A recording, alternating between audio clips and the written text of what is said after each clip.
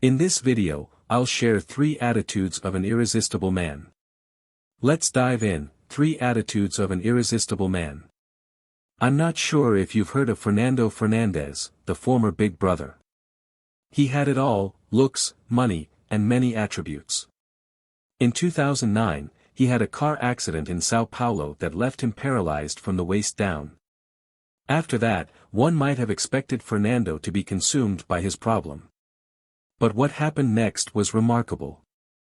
Fernando became one of the greatest Paralympic athletes, an inspiration to many.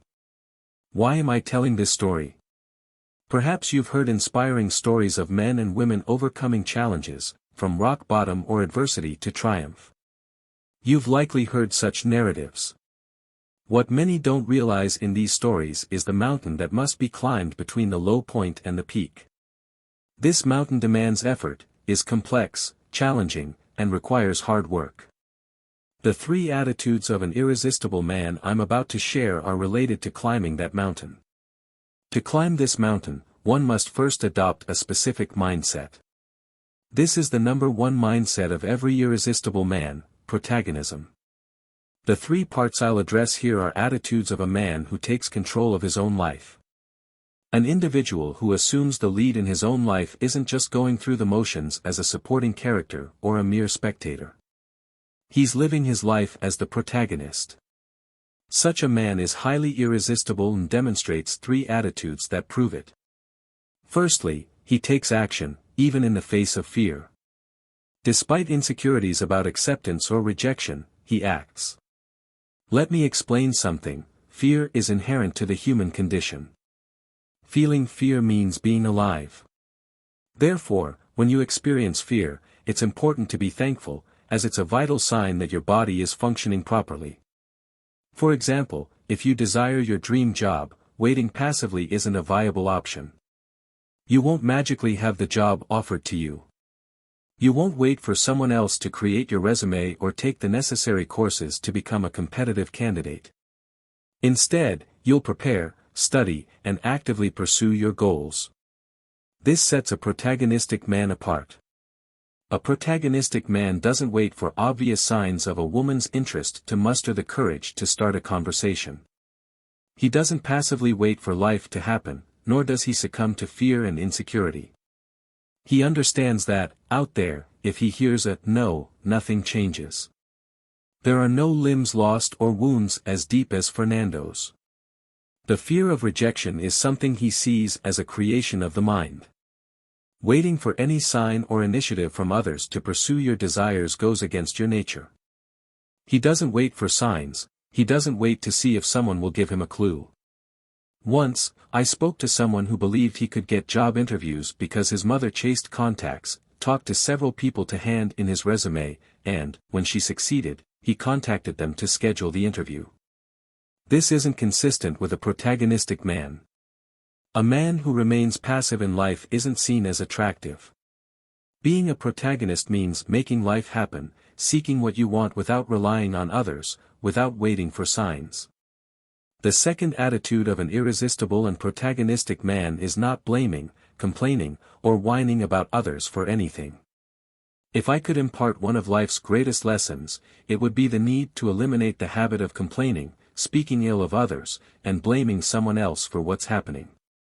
Recognizing these bad habits is the first step to making significant changes in ourselves. If you have the habit of blaming the boss, the tough job, the economic crisis, or if you think, I'm like this because of the crisis, or so-and-so once because the company never gave me a raise, or even believe that there's a clique in the company where only those who flatter the boss can progress, it's important to reflect on this. There's no harm in acknowledging these thoughts, as it's possible, at this moment, to look at yourself and understand that this attitude doesn't lead to progress, protagonism, or potency in your life. This doesn't make you an irresistible man. You can become aware of this and decide to be different, to start acting differently and choose not to frequent places or associate with people who share this victim mentality. When you see yourself as a victim, attributing responsibility to others for your situation, whether it's because of a friend's betrayal, being fired, or being deceived, you give control of your life to an event and put yourself in a victimized position. It's even comforting to feel in this victimized position, because in a way, you feel protected, as if it were a kind of relief. After all, it wasn't you, it was others, and you're not to blame. This may bring a momentary sense of well-being, but it doesn't lead to growth. It may even provide brief relief, but it doesn't drive progress. A protagonistic man doesn't blame anyone, doesn't complain about circumstances. He may recognize that others have a share of responsibility, such as so-and-so, the ex-girlfriend, or the company, but he looks at himself and seeks to understand his share of responsibility in the process. He examines his own actions, his omissions, his behavior, and seeks to understand what he can do about it, because he understands that he only has control over himself. He acknowledges that he can only control his own actions and has no control over others. Therefore, your life is a gift, and you are the protagonist, because it's precisely in your life that you have the opportunity to exercise all this protagonism. Think of any man you've seen today, or in the past, or even an admirable woman you admire as inspiration. If you look at the history of these people, it's unlikely that you'll see them complaining about circumstances, the crisis, or speaking ill of others. What made them admirable was their stance of taking responsibility regardless of the situations, turning challenges into opportunities, and actively taking care of their part in life, always seeking something better. The third attitude of an irresistible man is ambition. An irresistible man talks about his life projects with a hunger for living. He's not relaxed, but determined. He doesn't adopt an attitude of, let's see if it works out, if not, that's okay. He is a protagonistic man, determined and committed to his goals. This irresistible man doesn't use uncertain or hesitant vocabulary.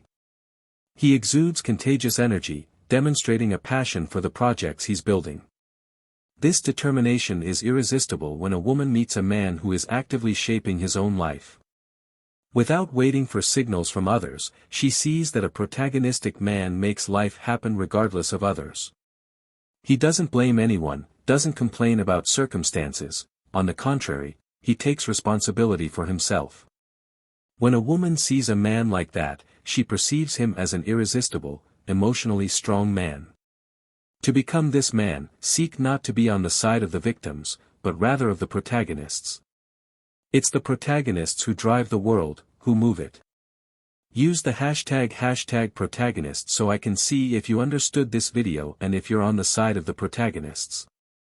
If this video has been valuable to you, leave your super like below and subscribe to the channel by clicking on the red button below the screen. Share. Strong arm goodbye.